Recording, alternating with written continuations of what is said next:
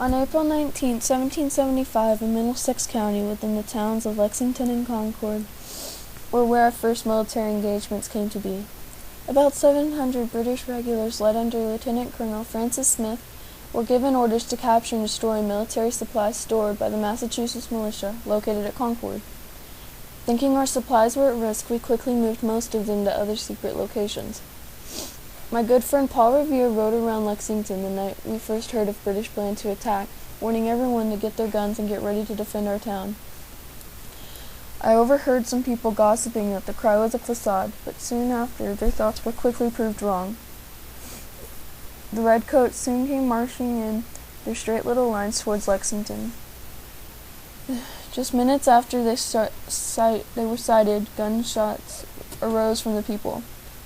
British regulars trying to stay in formation, but however they were quickly beat out and retreated towards Concord. Still, as they marched to Concord, gunshots rang. By then, the people of Concord had already heard of the British attack, thanks to William Dodds, who had warned them beforehand. While the British were attacking, they also planned to arrest Samuel Adams and John Hancock, who were incognito for fear that the British would be looking for them. By the end of the night, we had as many as 40 riders who were constantly warning the people that the British were in fact coming. Though the British regulars put up a well-fought fight, we very much outnumbered them. Realizing this, they quickly retreated. Our men were lined at the road, never ceasing fire, forcing the British back to Boston. On June 17, 1775, blood was shed on Breed's Hill. Our battle was fought during what we called the Siege of Boston. It was in this horrid battle that we learned this could not be solved in just one quick battle. 1,200 of our colonial troops under command of William Prescott stealthily occupied Bunker and Breed's Hill and built lightly fortified lines among most of the Charleston Peninsula. Since we knew the high points of the town, we had a better chance at the British. "Don't fire until you see the whites of their eyes," Colonel Prescott told his men. The British came with 2,000 of their finest men. As they grew near, Prescott told us to fire. The Brits opened fire on us, and Prescott told his men to hold fire. Then, as they came closer, he told us to fire again. The British forced us off that hill, but we held strong. Nearly 450 colonists fell that day. More than twice as many Brits died. The British crowed at their victory. This caused Colonial General Nathanael Greene to say, "Fine, we'll sell them hills at that price anytime." Richard Henry Lee made the point we should declare independence from the king. The king did not allow us our basic rights, so we, delegates from all the colonies, all gathered to the city of Philadelphia and formed a committee to write what we called the Declaration of Independence. This committee consisted of me, Thomas Jefferson, Benjamin Franklin, Philip Livingston, John Adams, and Robert Sherman. For whatever reasons, I was selected to write the Declaration. A group of people were nicknamed the Loyalists, still wanted to support the king, but nonetheless the document was written anyway. And on July 4th, 1776, delegates from all over the nation came and signed their names on that fine piece of engrossed parchment. And the Continental Congress announced that we are free. When England heard the news, they refused to recognize us as an independent nation. We, however, stood our ground and backed up our beliefs. We knew that it was right for our nation, and we weren't going to let the king stand in the way of it. On January 2nd, 1776, British General Howe ordered Cornwallis to Princeton to gather all of the available troops for a counterattack. They marched on Trenton with about 6,000 of their finest men. Washington only 5,200 men, many of them from the unreliable militia.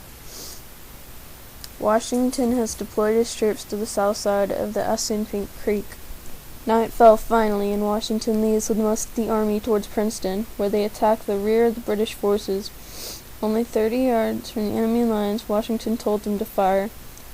They disappeared in the smoke. Then Washington appeared again, unharmed. The British surrendered. Washington forced them to read the freshly printed pamphlet to us. The rousing prose had its intended effect.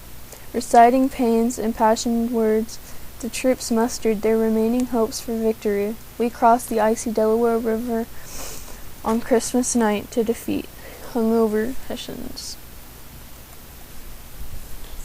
During the summer of 1776, a powerful army under the British General William Howe invaded the New York City area. He defeated Washington's less trained forces. An ill-advised American invasion of Canada had come to an appalling end.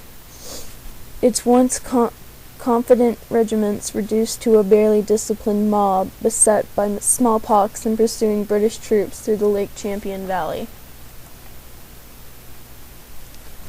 They accepted me, Baron von Steuben. They accepted my offer to volunteer without pay. On February 23, 1778, I report to General Washington now, at Valley Forge. I don't speak English, but my French is good enough to communicate with some of the officers. Alexander Hamilton, as well as Nathaniel Greene, assisted me in drafting and training program for the soldiers, which the Commander-in-Chief approved in March. I chose 100 men to train. They successfully worked outward into the brigade. I established most of the important standards on how they worked for as an army. The British shifted their strategies to fight in the southern colonies. It has been the biggest loss of troops suffered to the Revolutionary Army. It started on April 1st and ended on May 12, 1780. The British reached the American post, catching us completely by surprise, and quickly routed us. They followed the skirmish and effectively cut off Charleston from the outside support. We surrendered, with Lincoln leading a ragged bunch of soldiers out of the city.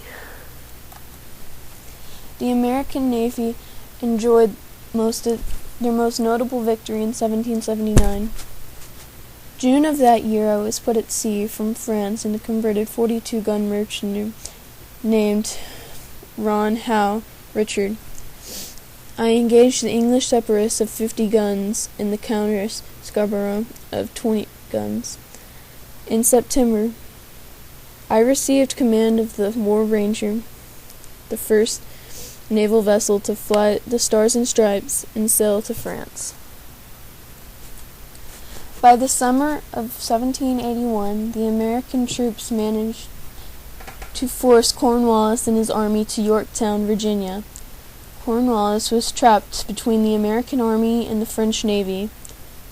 By mid-October, Cornwallis was running out of food and ammo, and on October 19, 1781, General Cornwallis and 8,000 British troops surrendered. The British were concerned they were losing, so we